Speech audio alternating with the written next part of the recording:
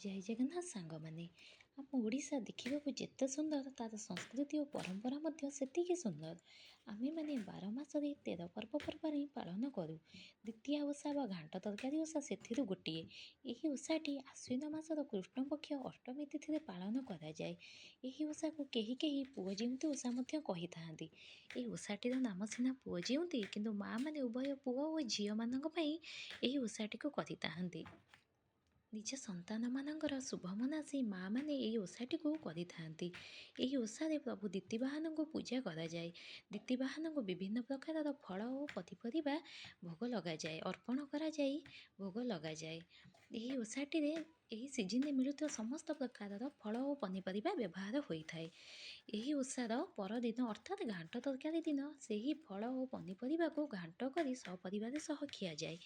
ଏହି ଓଷାରେ ବିଭିନ୍ନ ପ୍ରକାରର ପନିପରିବା ବ୍ୟବହାର ହୋଇଥାଏ, ଯେପରିକି ଆଳୁ, ସାରୁ, ବାଇଗଣ, କଖାରୁ, ପାଣି କଖାରୁ, ପୋଟଳ, କାଙ୍କଡ଼, ଝୁଡ଼ଙ୍ଗ ଓ ଅନ୍ୟାନ୍ୟ ପନିପରିବା ସହିତ ଗଜାମୁଗ, ନଡ଼ିଆ, ବୁଢ଼ା କାକୁଡ଼ି, ଓଉ, ପୋଇ, ଖଡ଼ା, ମଟର, କଳା ଚଣା ମଧ୍ୟ ବ୍ୟବହାର କରାଯାଏ। ଏହି ଓଷାରେ ଏହି ଘାଣ୍ଟ ତରକାରୀରେ ଡାଲି ବ୍ୟବହାର କରାଯାଏ ନାହିଁ।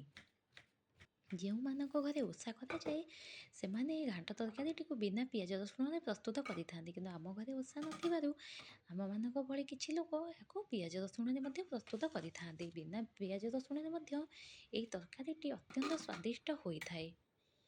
ଏହି ଓଷାଟିରେ ଆମେ ବିଭିନ୍ନ ପ୍ରକାରର ଫଳ ପନିପରିବା ମିଶାଇ ଘାଣ୍ଟ ପ୍ରସ୍ତୁତ କରି ଏହାର ଆନନ୍ଦ ନେଇଥାଉ।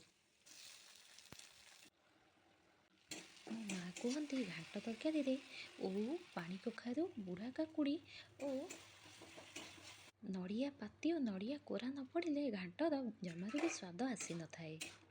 ଆପଣମାନଙ୍କ ଘରେ ଘାଣ୍ଟ ତରକାରୀ କେମିତି ପ୍ରସ୍ତୁତ ହୁଏ ମୋତେ ନିଶ୍ଚିନ୍ତ ଜଣାଇବେ।